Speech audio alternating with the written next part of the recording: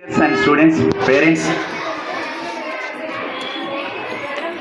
today we are celebrating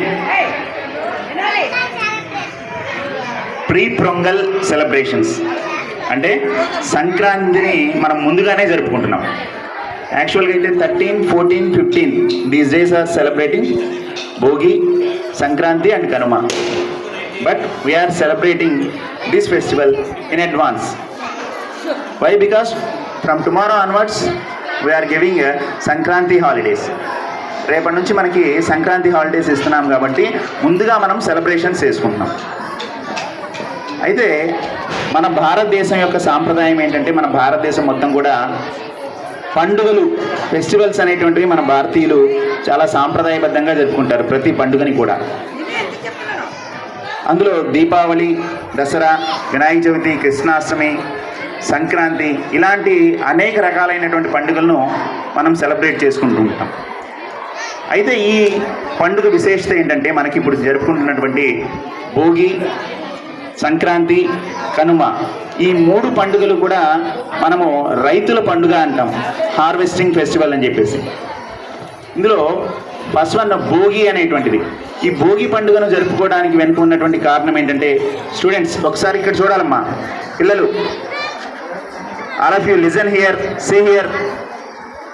ఈ భోగి పండుగని మనం జరుపుకోవడానికి ముఖ్య కారణం ఏంటంటే, ఈ భోగి పండుగ మనలో ఉన్నటువంటి నెగిటివ్ ఎనర్జీ ఏదైతే ఉందో, పాత ఆలోచనలు ఏవైతే ఉన్నాయో వాటన్నింటినీ దూరం చేసుకొని మళ్ళీ మనము కొత్త ఉత్సాహంతో మన యొక్క జీవితాన్ని స్టార్ట్ చేయాలని చెప్పేసి ఈ భోగి మంటల్లో మన పాత ఆలోచనలన్నీ వదిలేసి నెగిటివ్ ఎనర్జీని అంతా దూరం చేసుకొని మళ్ళీ మనం కొత్త ఉత్సాహంతో మళ్ళీ లైఫ్ని స్టార్ట్ చేయాలని చెప్పేసి ఈ భోగి పండుగ రోజు పిల్లలందరికీ కూడా భోగి పళ్ళు పోసి, పెద్దలు, టీచర్స్ అందరూ కూడా వాళ్ళు లైఫ్ అంతా హ్యాపీగా ఉండాలని చెప్పేసి ఆశీర్వదిస్తారు.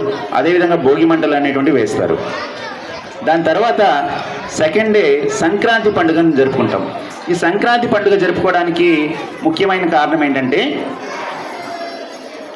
ఈ సూర్యుడు మకర రాశిలోకి ప్రవేశిస్తాడు. అదేవిధంగా ఉత్తరాయణ కాలం అనేటువంటిది వస్తుంది. ఇక్కడ నుంచి ఏంటంటే చలి గ్రాడ్యువల్గా తగ్గి వేసవి కాలం అనేటువంటిది, సమ్మర్ సీజన్ అనేటువంటిది స్టార్ట్ అవుతుంది. సో ఇంకొక విషయం ఏంటంటే, రైతులందరూ కూడా వాళ్ళ యొక్క పంటలు అనేటువంటివి చేతికొచ్చేటువంటి సమయం.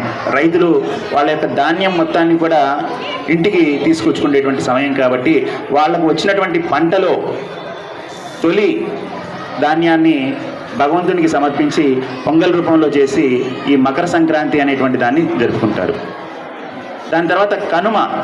ఈ కనుమ పండుగ జరుపుకోవడానికి ముఖ్య